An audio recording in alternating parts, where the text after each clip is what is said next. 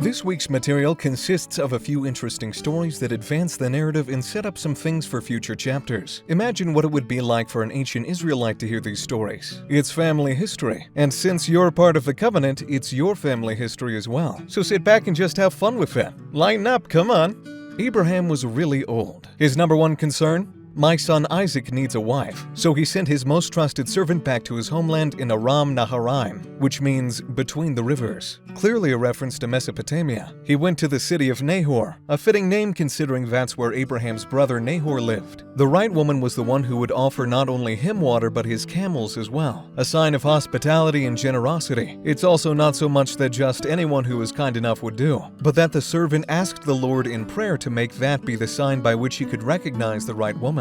And God mercifully answered that prayer. A girl named Rebekah was the answer, who then revealed that she was the granddaughter of Nahor, Abraham's brother, making her some kind of cousin to Isaac. But I don't think there's a specific term for their familial relationship. Either way, Abraham's servant, overjoyed that the Lord had led him to Abraham's kin, immediately offered her valuable jewelry and asked her to come back with him. Rebekah was given the choice to either stay or leave, and she chose to go with the servant and marry Isaac. They were wed, and Isaac was comforted after the death of his mother. Consider this. Because of Abraham's righteousness, his brother Nahor was given the blessing, through Isaac and Rebekah's union, that his descendants would be the stars of heaven. Canaan was now his promised land too, and all the world would be blessed through his seed.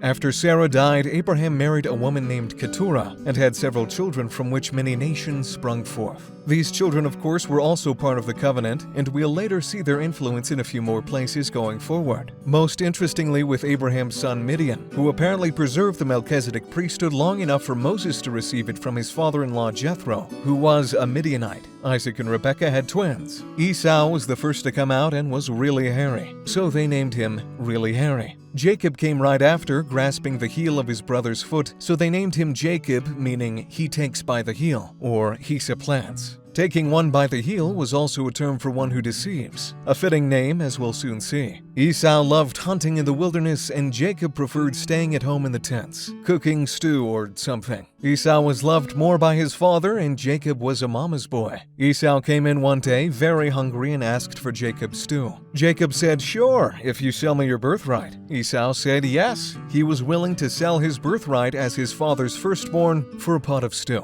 Later, Esau married two Hittite women. Hittites were Canaanites. They worshipped idols and probably did a little bit of child sacrifice. And so that was most definitely a big no-no. Essentially, Esau rejected his responsibility as firstborn to take care of his family after his father died and carry on his legacy, and instead chose to abandon his family, preferring instead to spend his days hunting in the wild and abandon the covenant. And so it was foreordained that Jacob would instead have the responsibilities Esau couldn't care less about. Cutting into the story, we have, for a third time, a husband and wife staying with a king of a foreign country. And this time it's Isaac who pretends that his wife is his sister so that the king doesn't kill him to get with her. The king discovers this and sends them on their way. Why did this happen 3 times? I do not know. Regardless, we read in the same chapter that the Lord appeared to Isaac and renewed Abraham's covenant and promised blessings with him. This story culminates with Isaac, who is blind from old age, sending Esau to get him a nice juicy steak, promising that he'd bless him when he got back.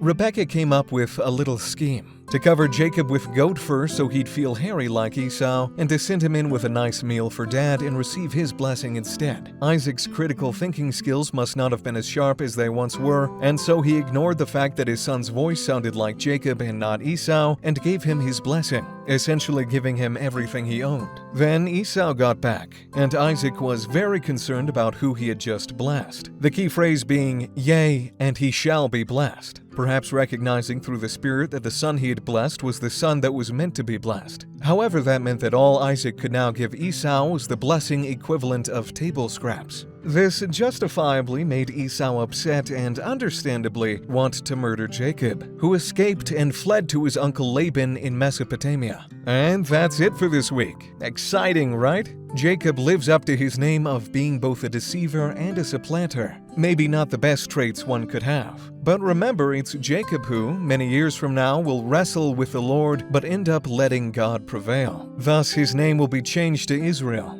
Let God prevail.